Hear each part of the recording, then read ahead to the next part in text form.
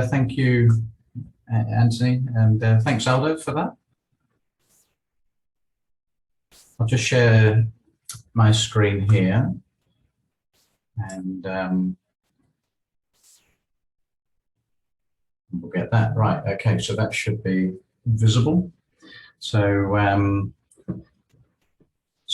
think from our side, leading on from what Aldo was explaining, I think a lot of this happens through good partnership, and I kind of wanted to sort of just kick off on a partnership, because I think without when you work with ports and customers, you know, where you do have various understanding or levels of partnering, where we've seen a partnership that's quite deep.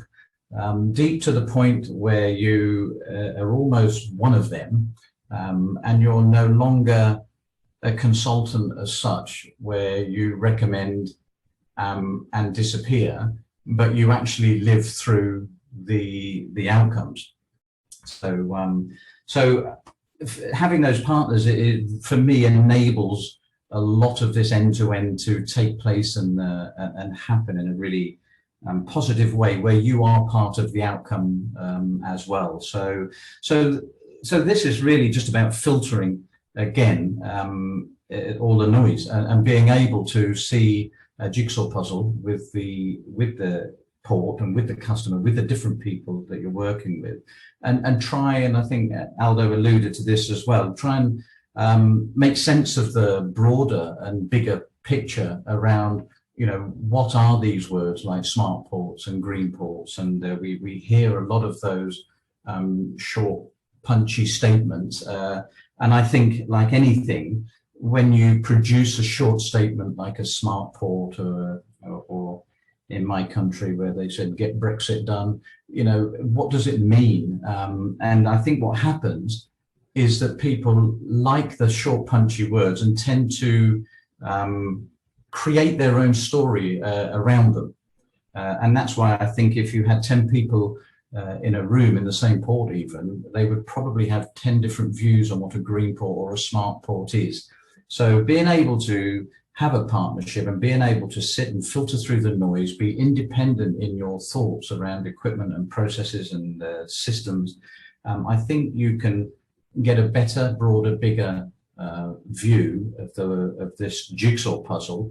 And I think most importantly, and I think that's an experience that I would probably say is very valid, is you can create a story, not only just for the port and the customer, but actually for yourself as well. So, you know, when the story makes sense and it's full of logic, a lot of what you see here around people and processes and solutions, then you can start to plug in your intelligent, your sustainable story. And of course, you know, when the one that Aldo again touched was affordable and scalable, it's another key part, you know, and I think what scares a lot of people off is when you don't filter through the noise, or when we're not able to find a partner and filter through the noise, and we're not able to see the whole puzzle, we don't fully understand what their real goals and objectives are, you tend to sort of miss opportunities, and they get scared away with this lack of affordability and scalability. And I think people like Jay here with IGO and Rafiq in AI drivers, you'll start to see that this isn't Big Bang. It's a word that Aldo used, and this is not Big Bang. This is all about how do you bring top-end disruptive technology in a scalable and affordable way. So this comes through partnership and in our minds and what we've seen work. So, and then we talk about you know, delivering it. Once you've got through that, and that can be quite time-consuming in itself, is how do you you know, how do you deliver that vision? And you know, one could argue that at this point, many of the people in the previous slide will vacate the terminal, and so you're not part always part of that strategic vision, the delivery. You know, were you right? Did you get it right? Did you really get the message? Did you really select the right things? Do you deliver just a part of it or all of it?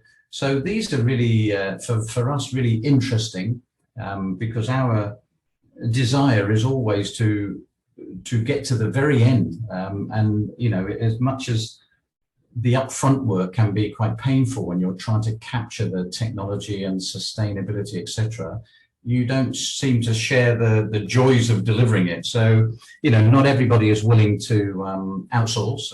And again, that was on our just taking on from the first presentation. So not everybody's wants to outsource, and not everybody really sees what does outsourcing mean. It scares some people off. It can also be scalable. You know, I think what was a strategic in-house function maybe some years ago is potentially maybe not so advantageous today. So what you in-housed yesterday may not be so relevant today. And I think that's a discussion that we've had a few times with different people. So it's really finding that unique partnership where you are part of this agile partner type approach. You pay as you use it. You're part of the solution. You're part of the outcome and the deliverable. And so I just put this one in a snapshot of reality, and they are. It is reality. So when you have people that you can really work with in a quite a business-like intimacy, so when you really are working in a very close, guarded, intimate way, you are really seeing things in their business that you can positively help with, and that's what certainly some of the things that we found is possible. But until for me, it depends very much on the type of partnership. So things that we have seen in being able to improve measurable, demonstrable OPEX savings. So just a snapshot here. So I think you're going to get these presentations. So turning off CapEx, you know, that's misaligned with strategic objectives, you know, good, but not fully aligned. Looking at KPIs in a different way to the normal and to the typical KPI that you see, and seeing results from it, you know, and these are again demonstrable results in terms of improving operations. So that's where we impact the operations as well as the engineering. You know, being able to use our experience also in strategic equipment. I mean, obviously, some of the big guys will have a lot of power behind that, but some of the others maybe not so. And so being able to really help ports around that side and really gain just better pricing for similar or better specs even. So these are, you know, these are measurable, these are delivered, these are part of our people have been part of those sort of results. But again, I don't think possible what you're seeing here without true partnerships between people like ourselves here and port operators.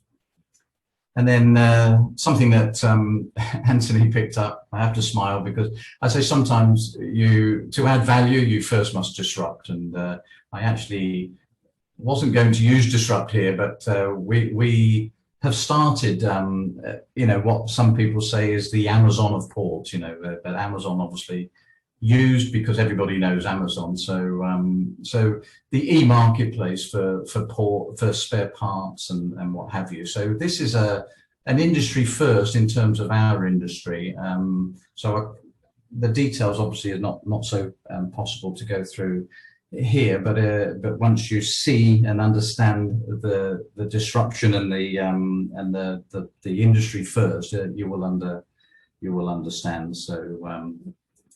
So just knowing and being in the terminal, having worked in the terminal and listening to the terminals, even today, as Trent, when you're sat on the other side of the fence, every last drop counts. That's something I think without question we all know about. So the marketplace. This is our last slide, but so here's a marketplace where buyers and sellers and ports come together. We refer to it as an Amazon. It is live.